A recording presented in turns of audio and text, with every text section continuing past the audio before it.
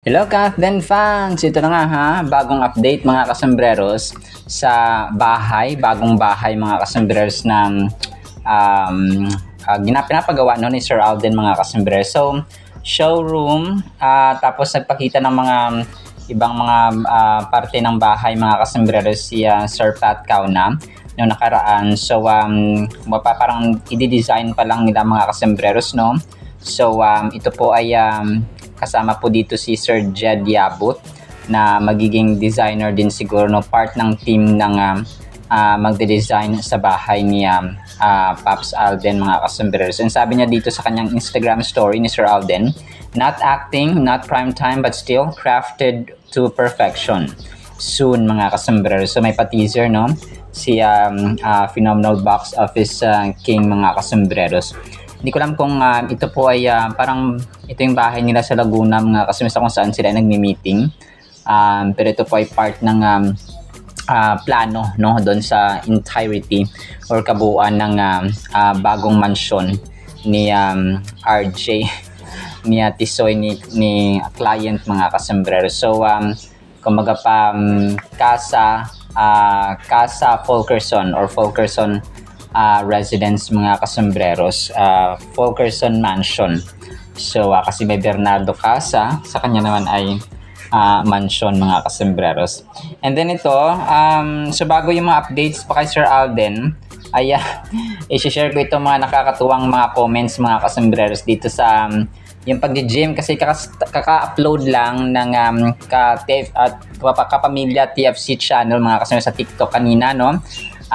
Tapos yung pag-gym nga ni Ma'am Catherine kasama si Sir MJ Felipe ay umani ng iba't ibang comments. And then natutuwa ako dito. Sabi niya parang 15 years old pa rin siya, sabing gano'n. From Ate Leia mga kasambreros, no? Tapos may heart. Tapos yung parang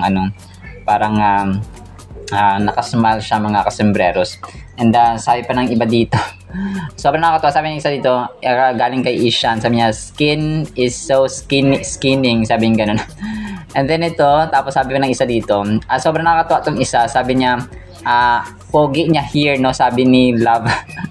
Pogi kasi nga parang lalaki mga kasambreros si Ma'am Catherine dito sa pag-gym niya mga kasambreros. And then sabi pa ng isa, "So pretty," no, sabi ng ganun niya, Sky mga kasambreros.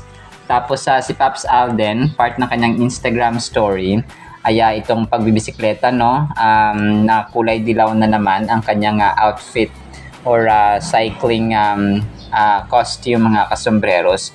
So ginaya na niya si Tadej Pogacar sa kanilang outfit na kung saan ang kulit-kulit. Tumawid siya sa highway tapos nagpadila sa camera mga kasambreros. Sobrang kulit na rin Pops Alden, no, sobrang bilis pa patakbo. And ako papaluin ko kasi naging tatay bigla no. So ayun po, no, talagang nagpadila pa siya pagkatapos niya mag-cross or tumawid sa kabilang highway sa camera mga kasambreros. And then ito, syempre, no, picture para nagkaroon sila ng stopover after na magbike mga kasambreros kasama sina Ma'am Marlene Capones, no. Tapos nga pahinga ang inyong Pops Alden. Tapos part ng Instagram story kanina itong si Active Mama, no, na friend niya doon sa Amerika nga mga kasambreros nung time na nag-jogging siya doon sa parang kaibigan niya doon mga kasambreros. So ang pangalan ng kanyang Instagram account ay The Active Mama mga kasambreros. So sobrang kulit lang ni Pops Alden kasi clingy ang inyong phenomenal box office king mga kasambreros dito kay Active Mama. And then ito, part ng kanyang Instagram story, itong yung pinost ng Star Cinema, na kung saan siya i-feature mga kasambreros, no, ng Star Cinema. So maliban doon sa ABS-CBN News, yung Star Cinema mismo na kung saan ay love na love siya dahil nga sa kanilang movie na Hello Love Goodbye and Hello Love Again mga kasambreros, ay nag-post din, no, yung picture ni Sir Alden doon sa aeroplano na kung saan nga nag-enroll siya sa pilot or piloto mga kasambreros. So sobrang mahal na mahal si Sir Alden ng Star Cinema at ABS-CBN in general. And then ito, prayer niya of course, no, for today. Sabi niya dito, "Dear God, Help me to glorify you even in difficult circumstances. Remind me that you are bigger than anything I face and that nothing is beyond your care or understanding. Even when things are hard, let my heart remain anchored in trust and praise. Give me the strength to reflect your love, faithfulness, and peace in the midst of challenges. Let my life point to you, not just when things are easy, but especially when they are not. I choose to trust you today and lift your name above all. In Jesus' name, Amen. So, Amen and Amen, Pops Alden. So, ito talaga yung kumukumpleto sa kanyang mga Instagram stories, mga kasambreros. And then ito, napag-alaman ko dito mga kasambreros na hindi nakafollow, no? Yung ate ni Ma'am Catherine, hindi rin siya nakafollow sa kay Mayor Mark Alcala, si Mami Min, hindi rin. Tapos, di ba dati nakapabalita na parang nag-follow daw si Mami Min kay Mayor Mark Alcala. Kasi hindi pa rin mamatay-matay talaga itong si Mayor Mark Alcala, no? Kahit sa comment section natin dito sa YouTube ay may mga nagko-comment talaga. So, ang sinasabi ko sa kanila ay send nyo lang po ang proof, no? Or ang patunay sa email address ko na dennisvilla573@gmail.com. So, kung may mga patunay sila, go. Kung wala, ay sorry na lang kasi team panatag po kami na Cathletics, no? And then ito, yung naka-follow lang yata dito ay si Justin Benitez, no? Si Mayor Mark Alcala is something na public figure. So, kung may mga nag-follow sa kanya, so normal lang yun mga kasambreros kasi nga ay mayor siya, no? And at the same time, famous din siya sa kanilang mga lugar, mga kasambreros, no? Sa Lucena City nga, mga kasambreros. So, kung may mga naka-follow man sa kanya na related kay Ma'am Catherine, ay okay lang yun, no? Importante, ang resibo at ang mga videos at mga pictures, mga kasambreros, na meron tayo na ebidensya ay kay Sir Alden pa rin po, mga kasambreros and mga Cathletics. So, team panatag po tayo, mga kasambreros, ha. So, ayan po, no. So, mamaya abang-abang tayo kasi magkakaroon ng GMA Gala or GMA Gala Night, mga kasambreros. So, ang dami na, no. Ang dami na mga teasers dito na mga dadalo mamaya, lalong-lalo po yung mga GMA Sparkle Artists Center or GMA Sparkle Artists, mga kasambreros. So, sina Shuvi and the rest of the artists, mga kasambreros. Alright, so yun lang sa ating Kathleen items siya. So, abang-abang pa tayo sa mga updates pa ng bahay din ni Sir Alden. Ngayon po ay August 2, 2025. Saturday na po, no? Isang maligayang weekend po sa bawat isa. Sana po ay na-enjoy natin ang ating off or ang ating weekend. Sana po ay pakinggan po natin ang Word of God. At para po sa ating Word of God ay sobrang ganda po nito. Ang title, Lisensya sa Kasalanan. Romans 6:1-2. What shall we say then? Apostle Paul speaking. Shall we continue in sin that grace may abound? Certainly not. How shall we who died to sin live any longer in it? So, si Apostle Paul dito ay may sarcasm, no, na sinasabi, mga kasambreros, na kung saan nga ay dahil nga sasabi niya dito na kung saan ang kasalanan ay dumarami, ang grace or ang grasya, ang pagpapatawad, ang grasya ng Panginoon, mga kasambreros, ay dumadami din. So, sabi niya ganoon. So, parang sasabi natin na dahil maraming grasya ang Panginoon at dahil nagpapatawad ay gagawin na natin itong lisensya para magkasala pa ng marami. Sabi niya ganoon, certainly not, no, hindi mga kasambreros, no. Sabi niya dito na how come na tayo ay namatay na sa kasalanan ay namumuhay pa rin tayo ayon sa kasalanan.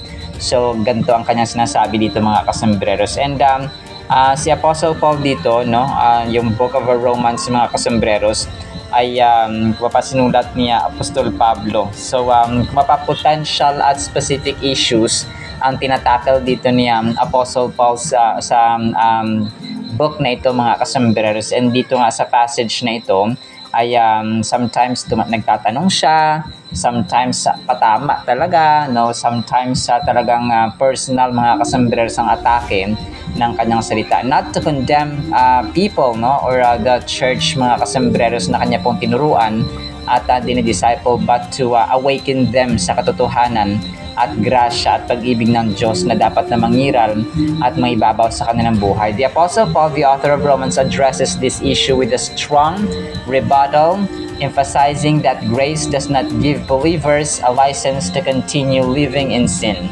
Rather, it is a call to live a life transformed by grace and freed from the power of sin. So, kumbaga parang dahil ikaw nga ay napalaya na, no? Kumbaga kunwari ikaw nakulong, no? Nasa kulungan ka, tapos pinalaya ka na. So, dahil nagkakasala ka pa rin at you're repeating your sin, mga kasombrero. So, para kang labas-pasok sa kulungan na dapat ay hindi ganun ang mangyayari, mga kasembreros. Pinansahan ka na, pa yung amount or yung pera, yung danyos na dapat ay kumbaga pang binayad ay nabayaran na, ay kumapabayad ng bayad ulit ang nagpapiyansa sa iyo, mga kasembreros. So dapat hindi po ganun ang ating gagawin, mga kasembreros, kasi para tayong labas-pasok sa kulungan kung ganun, mga kasembreros. So si Apostle Paul dito medyo personal lang kanyang atake, pero this is for their growth and development as well. So sabi niya ay rather is a call to live a life transformed by grace and freed from the power of sin. The context of Romans 6:1-2 is significant in understanding its meaning. In the preceding chapters, the verses Paul expounds on the concept of grace and justification by faith. So sa pananampalataya, kasi ang tao, kunwari yung asawa mo, di ba, mahal mo yung asawa mo, so parang ayaw mong mainis siya, ayaw mong masira ang kanyang mood. So you will do everything para hindi magkasala, para hindi gawin yung kinaiinisan niya, no? Hindi mo dapat ginagawa yung ikakagalit niya, mga kasembreros, as simple as that. So sa ating mga anak, magulang, and so on, mga kasembreros, he explains how all have sinned and fallen short of the glory of God. So that's Romans 3:23. So lahat tayo nagkasala, walang perpekto, kahit na yung kakilala mo na ang pangalan ay perpekto. So hindi siya perpekto, mga kasembreros, in general. So siya po ay nagkakasala din.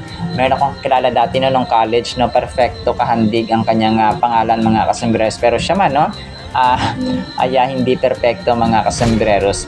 So we are subject to sin, but through faith in Jesus Christ, believers are justified and reconciled to God. Paul stresses that this justification is a result of God's grace, which is extended to humanity regardless of their works or efforts. So bilang isang example, yung lisensya, di ba?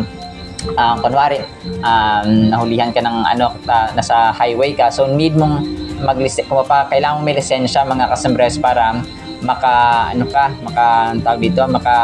drive, no, ng kotse o ng truck, for example, sa mga public highways. So sa ibang bansa, kailangan mo ng passport, no, para mo ng lisensya yun, mga kasembreros. Sa teaching, no, kailangan may professional license for teachers ka, mga kasembreros, para ka makapagturo. Ang grace dito ng Panginoon ay hindi siya lisensya para sa kasalanan. Kumbaga papatawarin mo na ako ng Panginoon, so gagawa pa rin ako ng kasalanan at gagawa pa rin ako ng kasalanan. So hindi po siya ganoon, mga kasombrero. So Paul stresses that this justification is a result of God's grace, which is extended to humanity regardless of their works or efforts. So that's Romans 3 verse 24 nga, mga kasombrero. However, sa Romans 5:20, in-acknowledge ni Apostle Paul dito na kung saan niya ay nag-increase, no, ang kasalanan, ang grace naman ng Panginoon or ang kanyang grasya ay abounded even more. So yun nga, nag-raise ito ng question na pag mas marami pala akong kasalanan, so mas marami ng grace ng Panginoon.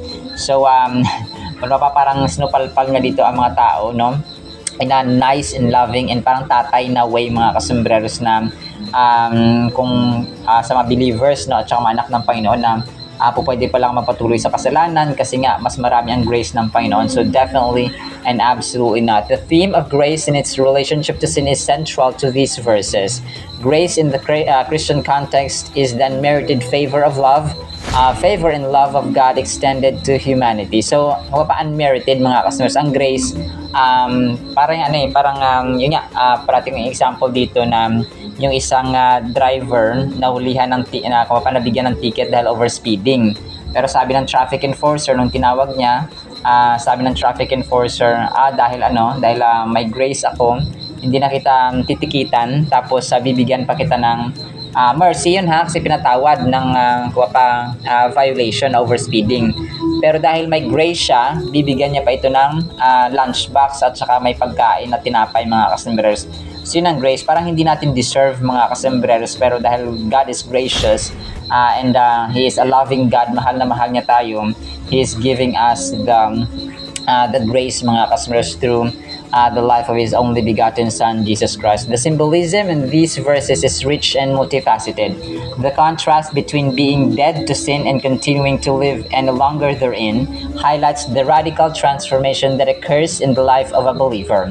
The language of death and life underscores the profound change brought about by God's grace, as well as the believer's responsibility to live in accordance with this new reality. So, ganon nga, mga kasers. And powerful reminder po ito, yung Romans chapter 6 verses 1 to 2. Powerful reminder ito na kumaga pa tayo po wag nating abusuhin kumaga pa yung grace ng Panginoon.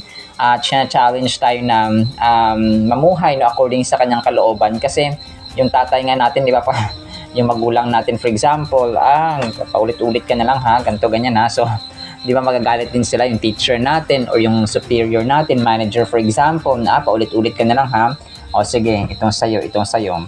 So ganun, mga kasombrero. So nagagalit nga sila. How much more ang ating Panginoon na author ng ating pananampalataya, author at may gawa ng ating buhay, mga kasombreros.